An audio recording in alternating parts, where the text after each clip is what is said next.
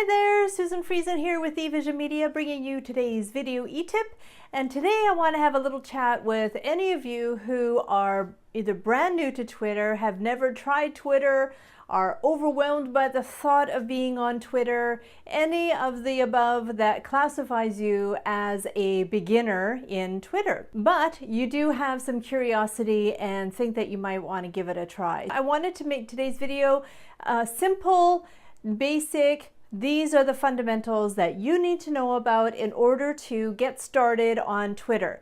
And then in subsequent videos, I'll be talking a little bit more about strategy and what to tweet, when to tweet, and all that kind of fun stuff. The very first thing that I want to talk about is your impression, the brand impression that you are leaving on your followers when they visit your Twitter account. It's important for you to remember that anything that you do, say, think, feel, be is a reflection of your brand, and that includes, of course, the visual component of your brand. First impressions are very important. A couple of the things that we want to make sure that we have in place when we have that first impressions in mind is to make sure that the top banner of your Twitter account is a professional looking banner that presents your brand in a professional way. And so you want to make sure you have your logo in that banner and a statement of some sort as to what it is that you do in your business, and make sure that you include a call to action, something that you want your followers to do once they know about your brand. That can be sending people back to your website to get a hold of your free giveaway.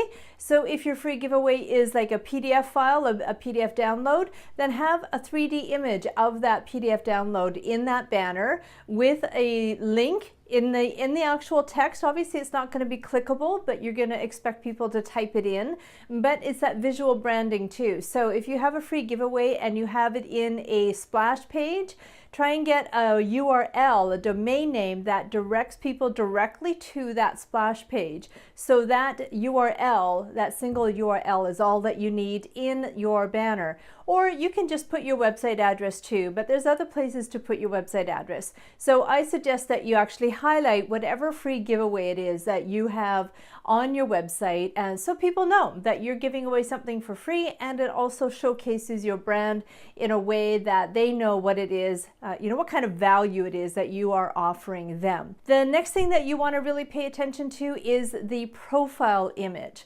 You want to make sure that this profile image is a professional headshot. And I've talked about that before. Your brand image is super important. So having you, playing in the beach in the sand is not ideal for a professional Twitter account. Of course, if you're going to be using Twitter just for personal reasons, then of course there's more flexibility for that.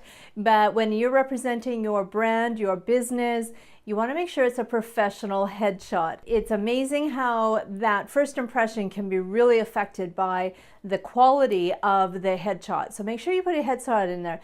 Now, some of you might be thinking, well, maybe I should put my logo in. And yes, you could put your logo, but because social media is social, it's about person to person, you really don't want to be putting your logo in there. People don't connect with brands, they connect with people. So unless you are running a corporation where there is no real face to the business, that's when you would be putting in a logo, but otherwise put in your headshot, because you are basically the face of your business. Even if you have a small team in place, you are still the face of your business. So that's your headshot for the profile area. The next part that's really super important is the description area.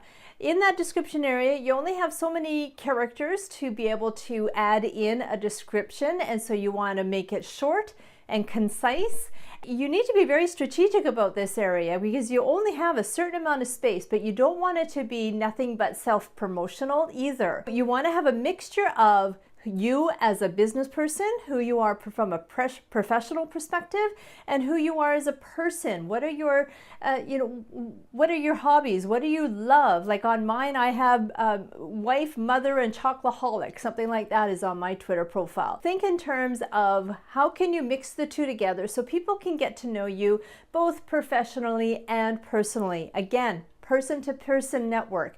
We want to get to know people on a personal level, not just on a business professional level, okay? And you can make it concise by separating statements with the pipe or with a semicolon or just a comma. Those concise statements don't have to be a long drawn out sentence. Just make it short and concise. That is kind of setting the stage for your Twitter account. And then the next thing that you want to do is to start tweeting.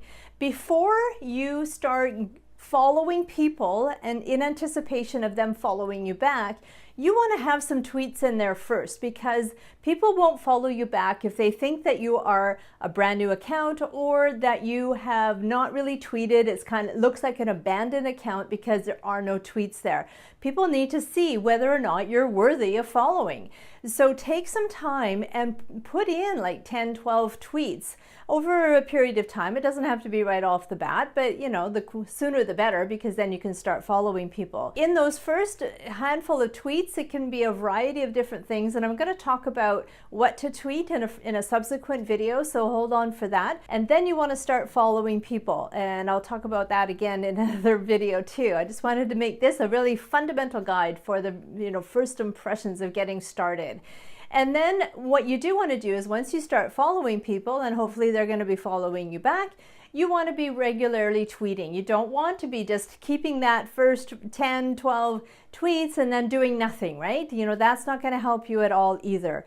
And so make a commitment to actually do your tweeting on a regular schedule. Get in there once a day, or use a scheduling tool like Hootsuite or TweetDeck and schedule some tweets so that your followers are seeing some posts from you on a regular and timely basis, because that is what's going to help you get in front of your target market and develop that know, like, and trust factor with this person-to-person network called Twitter. That's it for today's eTip. Short and concise on getting started with a professional-looking image on your Twitter account, how to get started, and in subsequent videos I'm going to talk more about strategy and how to continue on and develop your tweeting. So I'd love to hear from you. Do you have a Twitter account currently? And if you do, I'd love you to post that URL in the comments below so that we can start following each other. And if you don't have a Twitter account, tell me why. What has been your resistance to starting up Twitter? I'd love to hear from you,